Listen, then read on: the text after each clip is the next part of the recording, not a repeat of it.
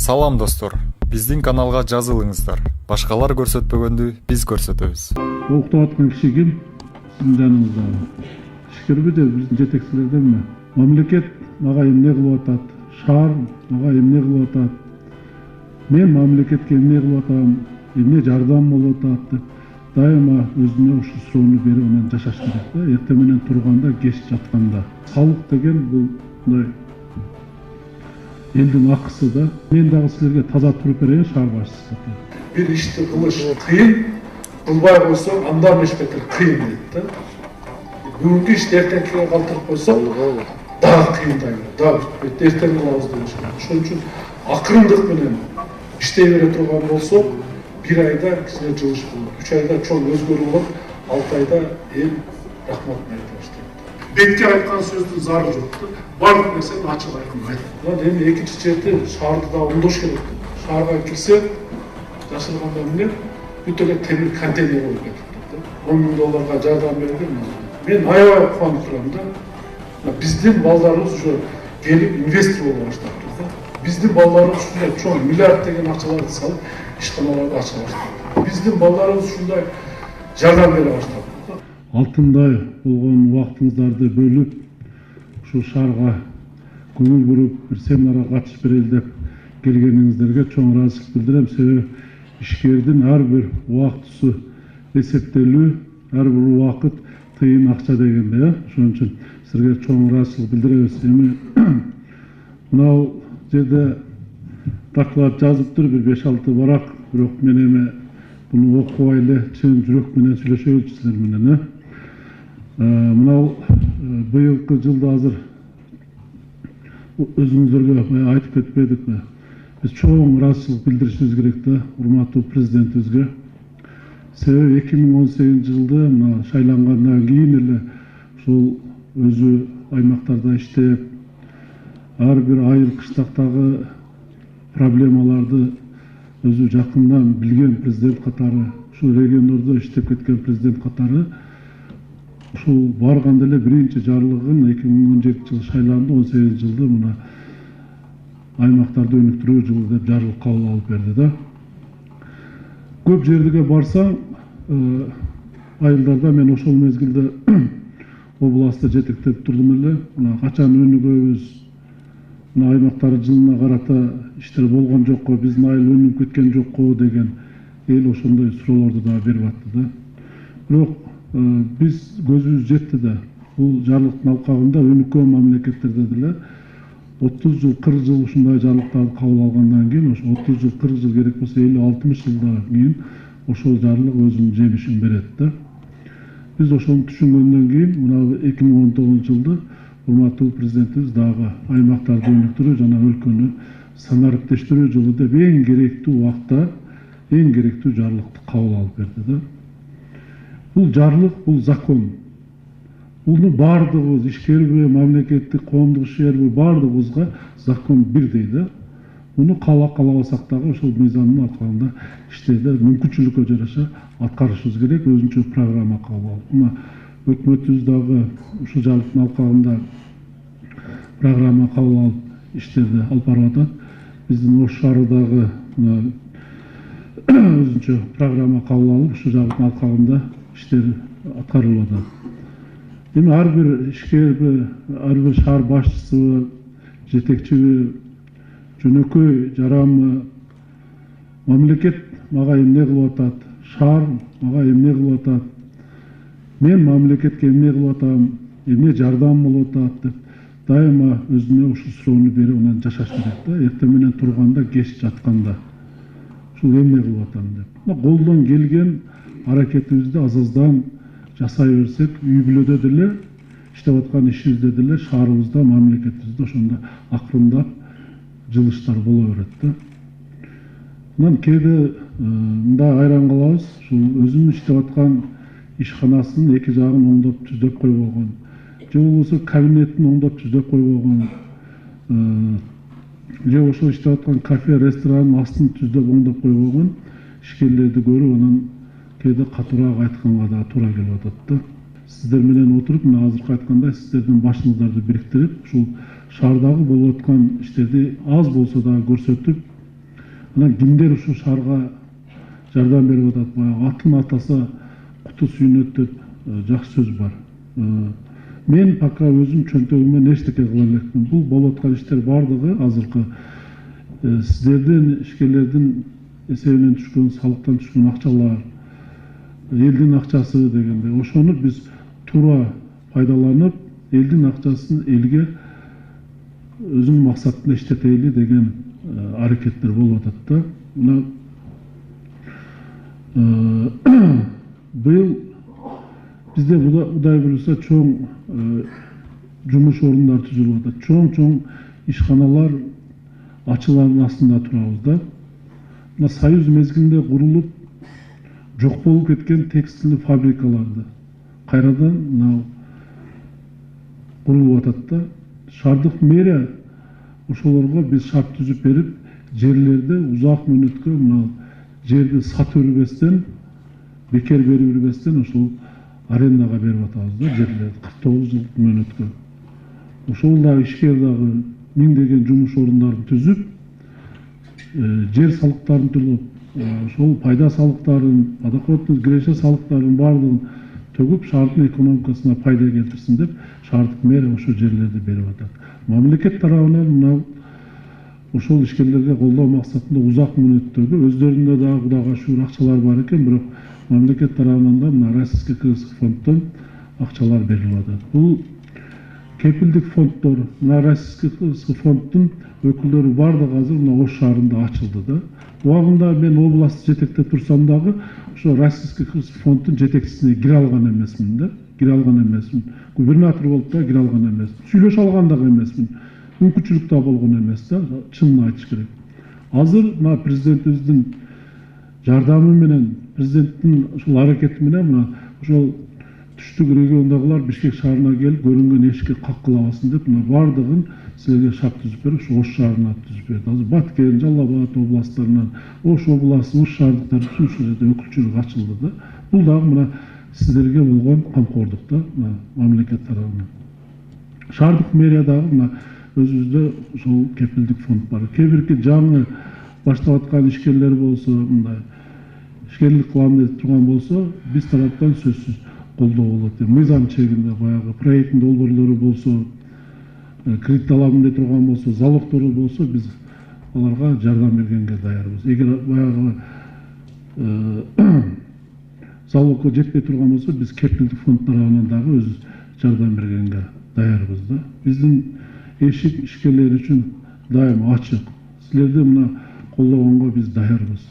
Бул жерде мына укук коргоо органдарынын жетекчилери дагы, шаар прокурору отурат, финполициянын жетекчиси отурат, орган жетекчилери баарды келип отурушат. Мына президентибиз ар бир келген сайын өзүңөр деле массалык маалымат каражаттарынан угуп атасыздар. Бир эле сөз ушу ишкерлерди колдойлу, колдоо кылат. Ишкерлерге жакшы мамиле кылгыла, жөнөкөй мамиле кылгылагын, ишкерлерге шарт түзүп бергилегин ар бир сөзү ушундай болуп атат. Текшерүүнү азайткылагын деген сөздөрдү мына мамлекет башчыбыз өзү дайыма мына сиздер ошол президенттин көзөмөлүндөсүңөр. Биз ошол президентибиздин саясатын туура силерге жеткизип, мына колдон келген жардамдарды мыйзам чегинде жардам берели деп аракет кылып атабыз да. Биз жаңы баштаган ишкерлерге сөзсүз колдоо берели. Алан колуна эмесине бутуна туруп, жакшы мындай пайда көргөн ишканалар болсо, өз калоосу менен мына азыркы айткандай бүт келип жардамдарды берип атат. Ушул иштерди колдон келсе улантайлы. Биздин бюджетте мына өзүңүздөр билесиздер, 2017-2018 жылкы бюджетибизди мына 960 миллион сом менен бекитилген болсо, мына 2019 жылда 1 миллиард 127 миллион сом менен шаардык кеңештин депутаттары ошону бекитип беришти да. Кудайга шүгүр, мына акырындап жылыш бар. Мен ушул мүмкүнчүлүктөн пайдаланып, мына сиздер аркылуу урматтуу ишкерлер, келбей калган ишкерлерге дагы толук айтсаңыздар, бул эми салык деген бул мындай элдин акысы да.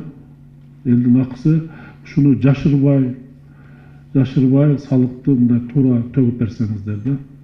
Азыр эми мына мамлекет боюнча тиноо экономика кандай бир 40-50% деп атат. Мен толық кошулам да, ош шаарында даже 50-60% болушу мүмкүн да. Бардыгы жашырылат, туурабы, салыкты. Жашырылат. Эмне жашырганда эмне, мисалы элементары бир бильярд канаңар болсо, бильярд иштетсеңер, 10 стол иштетсеңер, 2 столго төлөйсүңөр да, мисалы айтып атам. Ошол кафе, ресторандарда мисалы 10-дон 15-тен повар иштеп турган болсо, 1-ден 2-ден көрсөтөсүңөр. Туурабы? Подоход киреше салыктарын төлөш керек, ошолорду жашырасыңар. Частный больницаңар бола турган болсо, мисалы частный больница болсо, бир 50 койка иштетсеңер, анын 10-15-ине төлөшүңөр мүмкүн да, же андан да аз болушу мүмкүн. Стоматология бир 10 же болсо 5 кресло иштетсеңер, 1-ден 2-ден төлөйсүңөр да. Бизде бардык маалыматтар бар да, эми. Бардыгын ким кандай салыкты жашырып атат, ошол бардык. Азыр мына биз маптарды түздүк. Мэрия укуктарынын көпчүлүгүн ушул аймак боюнча ушу аймактык кеңештердин төрагаларына берип атам да. Мына иштешкиле. Иштеште анан барып ишкерди кыйнап, алардан акча сурап, же болбосо чөнтөгүнө акча сурап, кыйнабай, ошолорго жардам берип, жөнөкөй мамиле кылып, эмне биз тараптан жардам болсо ошону бергилеби. Алар менен мындай биргеликте иш алып баргыла. Эң негизгиси ушул салыкты биз мыйзам боюнча алар кире албайт, бирок ошол салык кызматынан бирден өкүлүн ээрчитип туруп, барып карап, ошо патент алып атабы, кандай салык төлөп атат, ошолорду бүт карап келди. Тилекке каршы мынау машина автозапчасть базарды кирип чыгып карап чыксылар, ал жерде көпчүлүгү даже патент алып койбой мына иштеп аткан ишкерлерибиз болуп атат да. Ал бүгүн качышы мүмкүн салыктан, бүгүн же эртең качышы мүмкүн. А бирок 3-4 күнү баары колго түшөт да. Мына борбордук базарды карады, бүт эле үстүндө крышаларды. Бүт ушул салыктан качып барып туруп, же бирөөнүн чөнтөгүнө акчаны төгүп берип атат. Эмне кыласыңар ушуну? Бирөө эме кылып, өзүң качан келип текшерет экен? Бүгүн сени текшербесе, эртең балаңды текшерип калышы мүмкүн да. Балаң текшерет. Же кызың бир күнү ошого өткөрүп бергенде келет, мынанча жыл ушу ишкананы иштеттим, мынанча пайда көрдүм, калькуляторду бир басканда, күнгө, жылга көбөйткөндө паланча миллион сом акча карыз болуп отуруп каласыңар да. Эмне кереги бар? Ошон үчүн мына мен дагы силерге таза туруп берейин, шаар башчысы катары. Мына бириңерден бир дойлар сурабайлы. Биз болгон мүмкүнчүлүктү түзүп берели силерге. Силер дагы салыктан качпай, силерден сураныч дагы, талап дагы ушу сөздү жеткизип, мына бүгүндөн баштап жашырган салыгыңар болсо, ушу салыкты жакшы төгүп берсеңер, ошол ар бир тыйын шаар үчүн, эл үчүн иштетилет. Мына мен шаар башчысы катары ошо бюджетке баягы айттым, мен колум сала турган болсо, мага да Кудай бар да. Ал элдин акысы. Аны эч кимибиз жебей, таза элге иштетишибиз керек да. Мына жергиликтүү өзүн өзү башкаруубуз да. Биз өзүбүз акча таап, өзүбүз оңдошубуз керек шаарды. Мамлекетке зыян келтирбешибиз керек да. Мамлекеттик бюджетти дагы сакташыбыз керек. Бааны биз өзүбүзгө өзүбүз шартты түзүп иштешибиз керек да, туугандар. Анан кээде өзүбүз иш кылбайбыз, өзүбүз аракет кылбайбыз, өзүбүз салыкты төкпөйбүз дагы, отуруп алып президентке сын тагабыз, премьерге сын тагабыз, жогорку кеңештин депутаттарына сын тагабыз, иштебей атышат. Өзүбүз иштебейбиз да. Өзүбүз туура жүрбөйбүз. Кээде кайсы жерден эмне кылып акча тапсак экен деген ойлор болот. Ошон үчүн мына бүгүнкү семинардын максаты дагы ушул. Мына колумда бар ишкерлерге мен аттарын айтып кетишти, мен деле кайталап коем. Мына айрыкча Ихлас ишканасына, Визион Групп ишканасы, Эмаком, Сапат Глобал, Галерея Ош Соода борбору, Амантур сервис, Сынташ жоопкерчиликке чектелген коомдору, Аква, Юзун Групп, ЖБ4 фирмасы, Ош Сити маркети, насос заводу, Ризван басма үйү, Темирташ фирмасы, Ханорда рестораны мына жакындан жардам берип, ушу жалпы ушулардын мындай жардамдары болуп атат да. Анан кээ бирке жардам берип, аттары аталбай калган ишкерлерге дагы чоң ыраазычылык билдиребиз. Эң негизгиси баягы кылган ишибизди, кылган жакшылыгыбызды Аллах Таала билсин, Кудай билсин да. Туурабы? Кудайдан кайтсын. Тапкандын аз табабызбы, көп табабызбы, ошонун берекесин берсин да. Анан кээде биз көрүп атабыз, миллиард деген акчаны таап, шаардын эсебинен ушул турмуш тирчилигин өткөзүп жүрүп, шаардын эсебинен миллиардер болуп, бирок бир тиын жардам бербеген ишкерлерибиз дагы бар. Бирок ушул дагы миллиардер болсом экен, дагы чоң иштерди кылсам экен деп, эми алардын дагы өзүнүн эмесинде биз аларды мажбурлабайбыз. Ошон үчүн мына жардам берип аткандарга Алла ыраазы болсун. Ушуну токтотпостон шаарыбыз үчүн жардамдарды берип, шаарыбызды оңдоп түздөсөк, анан эң болбоду дегенде жок, шаарга жардам бере албайм десеңиздер, анда өзүңүздөрдүн иштеп аткан ишканаңарды айланасын оңдоп түздөп, жашаган аймагыңарда, үйлөрдө, ошол жерлериңерде оңдоп түздөп койсоңор да ушул жарлыктын алкагында кылган ишиңиздер болот. Быйыл мына ушул түрк дүйнөсүнүн маданий борбору болдук да, бул да тарыхта. Тарых 2019 жыл Ош шаары түрк дүйнөсүнүн маданий борбору болгон деп мына кийин айтып жүрөбүз да. Булундай мүмкүнчүлүк кайра келеби да, келбеби бир Кудай билет да. Ошон үчүн ушундай мүмкүнчүлүктү пайдаланып, мына шаарыбызга канча деген туристтер. Уктап аткан киши ким? Сиздин жаныңыздагы. Ишкерби же биздин жетекчилерденби? Ушул түрк дүйнөсүнүн маданий борбору болдук. Буну көп ойлойт. Шаардык бюджеттин эсебинен акча кетирди. Шаардык бюджеттин эсебинен болгону биз 5 миллион сом акча карадык ушул ачылыштындачы. Ушул келген конокторго анча оңдоп түзөө иштерибизге кетти да.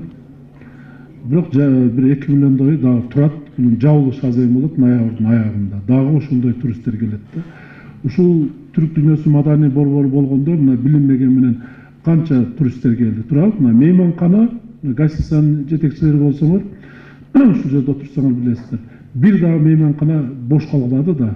Бардыгы ушул мейманканаларда жатышты. Турат, аны бирөөсүн дагы биз бекер жаткызганыбыз жок. Бардыгынын акчасын төлөп бердик да. Төлөдүк. Канча деген тамак аш ичишти. Алар дагы бардыгына сиздердин ишкерлердин чөлтөгүндө калды. Канча деген колго жасалган буюмдарды алып кетишти ошолор. Бардыгы мына ошо сиздерге билинбеген менен акчалар калып атат да сиздердин чөлтөгүңүздө. Ошон үчүн биз туризмди өнүктүрөбүз дейбиз. Өнүктүргөндө кандай? Ошо эң негизгиси ошо келген туристтерге шаарда шарт түзүшүбүз керек. Шарт түзүшүбүз керек. Жакшы болсо, ошолорго келгенде ашың болбосо дагы кашың болсун деп мусулмандарда жакшы сөз бар. Келген конокторду жакшы кабыл алып, келиңиз деп ар бирибиз үчүн өңкөр мамиле кылып, жакшы жерлерибизди, кооз жерлерибизди көрсөтүп, меймандостугубузду көрсөтүп койсок, ошол барып айтат, Ош шаары ушундай жакшы эл экен. Жакшы эл экен деп туруп, мына барып айтат, анан билинбеген менен. Азыр Ош Бишкек учуп калсаңар самолетте көрүп атасыңар да. Билинбеген менен жарым иностранецтер келип атат. Туурабы? Билинбеген менен. Күнүнө канча деген туристтер. Мына быйылкы жылы биз анализге атабыз. 2,5 эсеге, 3 эсеге чейин ошо туристтердин келгенин көбөйдү. Буну биз миллионго дагы жакшы иштешибиз керек. Буну айтып аткан себеби дагы деле келип мына сиздерге байланышта отурмактуу ишкерлер. Эң негизгиси мына шаардын ортосундагы, чекесиндеги кайсы жерде болбосун ошо кызмат көрсөткөн мекеме ишканалар бардыгы ушул замандын талабына жооп бере тургандар. Мына карагылачы. Мына окуу жайдын чаткал агайыбыз отурат, өтүрүп коюп мына. Карагылачы, мына шарт деген ушундай.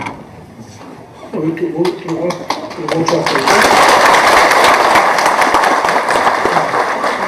бардык шартын ушул жерде коюп. Ушундай иш-чараларды өткөрсөк, бардыгыбыздын жүзүбүз да. Түрксойдун ачылышында дагы ушул иш-чаралар ушул жерде.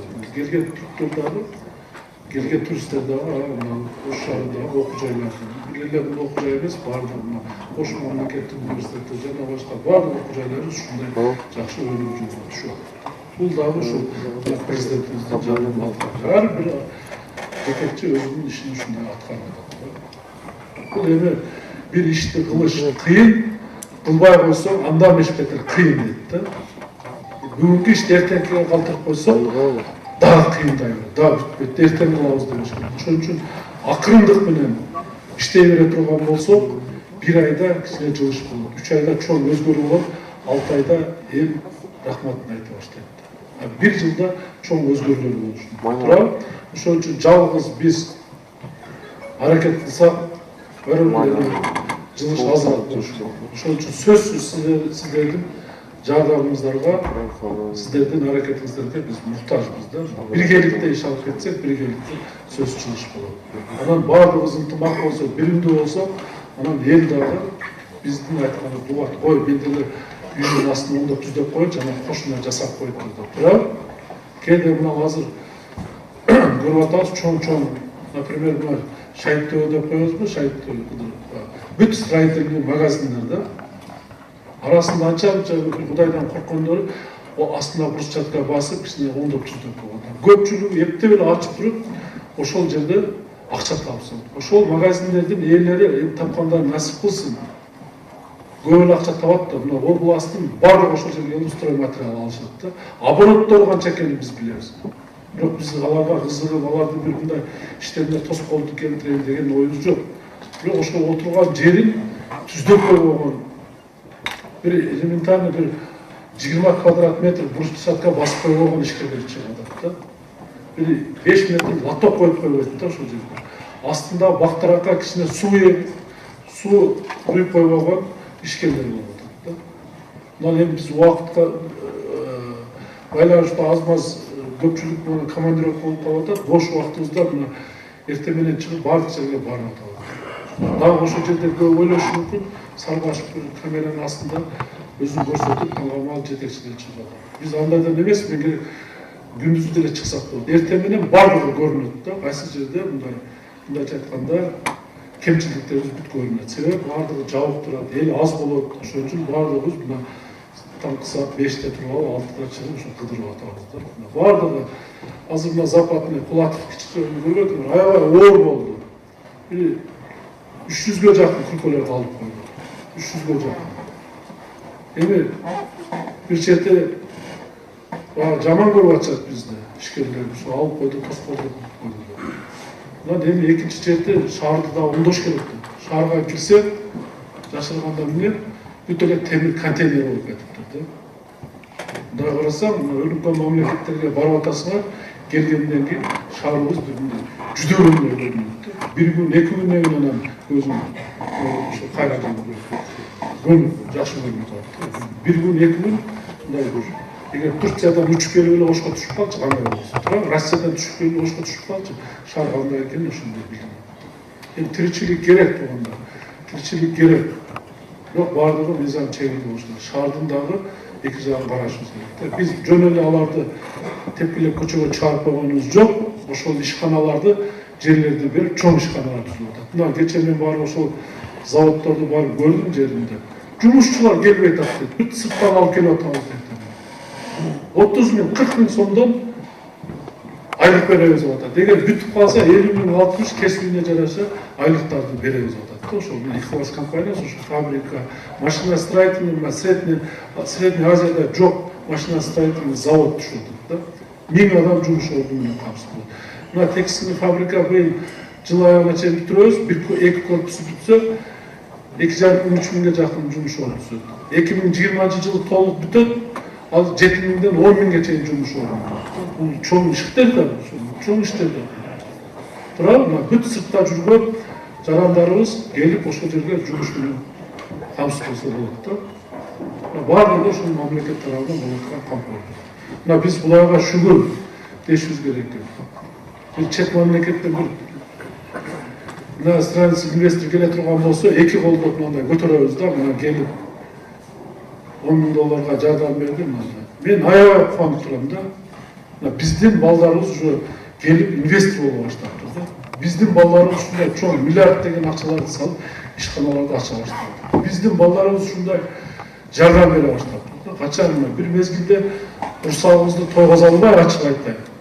Урсагыбызды тойгозо албай, баардыгыбыз мына ишкерлик кылганбыз. Мен да сиздердин араңарда чыкканмын да. Мен да ишкер болдум. İşkerden her bir tığını hesaplayalım da. 5 somun, 10 somun düşük olsa ülkenin isteysin. 1000 milyarder olsa da. Tural, her bir yok. Жақсы ошондой балдарыбыз пайда болуп тур. Элиме, жериме жардам берсем деп. Азыр мына эже атыңызды эле Айгүлжа тұрсаңыз мына шириндик торттарды жасаған эже мына мен өзүмдүн астыларымын бүт оңдоп бурчатка басып ошол жерди жашылдандырып эме кылайын жасатайын деп азыр автобуста бир 2 минут кошо туруп калдык мына ошондой иштерди кылайын азыр көпчүлүктүн ойлору бар пайда болуп атса керек мен айтам бул ушул бүгүнкү семинар менен токтоп калбай эле турган мына кичине бир 100 000 сомдук нерсе жасайсыңбы 10 000 сомдук жер жасайсыңбы 1 миллион сомдук иш жасайсыңбы азыр барганда көрдүк го баягы бирден экиден токтогул парктарда жасаган скамейкаларды туура ошондо көрсөттүк да кеп бир скамейкада эмес кеп ошонун патриоттук сезиминде да мына чоң паркка бир скамейка бир урна болсо дагы мен ошол жерге коюп коеюн деп мына келип жардамын атат да көп түкүрсөк көл болот биз шаардык менен дагы кайталайбыз болгон аракетибизди мына жардам берип шаарыбызды оңдоп түздүрөбүз бир үлгү бололу ош шаарына эмне иш кылсаңыздар маалымат бергиле ушундай семинарларды дагы жылдын аягында дагы ким эмне иш кылса барып көрүп жолугуп аксакалдарыбыз барып ошол жерге бата кылып рахматыбызды айтып кетели туурабы көрөлү ким эмне иш кылып жасасаңар мына биздин бөлүмдөргө мен мына иштерди баштап азыр гана Кореядан келген бала баягы парктын астында чыктыбы астынан 3 километр жолду асфальт кылып берген бала кетип калдыбы сүрөтүн берген ушу бир Кореядан келген бала экен ушуга келип астынан жасаган иштерин көрсөтүп атат да 3 километр асфальт айтып берип атабыз жөнөкөй эле жаш бала экен да ушундай иштерди жасайлы мына мэрия бизге ишкерлерге дагы кайталап коюп баардык аударып атат дегенден алыс болгула ушундай иштерди биргеликте жасайлы анда көңүл бурганыңарга рахмат эми чоң рахмат бир жолу ыраазычылык билдирем ушундай жолугушууларды тез тез кылып турайлы анан мындай семинар болбосо деле бир силерге кандай жардамдар керек кимдер кыйнап атат ушундай болсо эгер мындай ачык айкын мындай айта албайбыз бирден кабыл ал десеңер бирден кабыл албайлы же болбосо жалган ишкерлер менен ана бир жолугушуу уюштуруп биздин көйгөйгө угун десеңиз анда эми угуп берсеңиз десеңиздер аны дагы жасайлы бир күндөрдү белгилеп алып бир айда бир ишкерлер менен жолугушуулар жасап турайлы силердин ойлоруңар болсо угайлы туурабы жардамдар болсо биз берели анан баардыгы мына укук органдарда турат эгер кимдир бирөөлөр мындай ашыкча кыйнап аткан болсо жөн эле келип туруп үстүмө мындай акча төлөйсүң дей турган болсо баардыгын айткыла макулбу мына сиздерди биз коргоганга милдеттүүбүз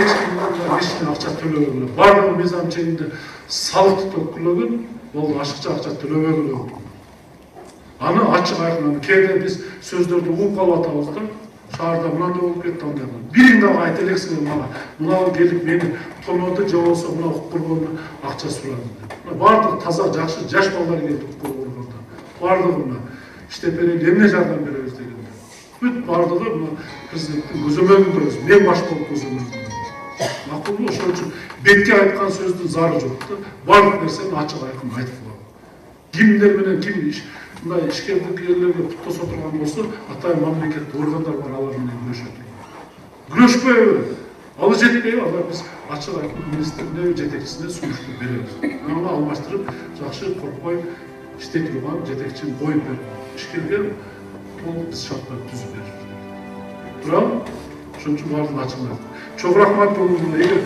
суроолор болсо мен жооп берем суроолор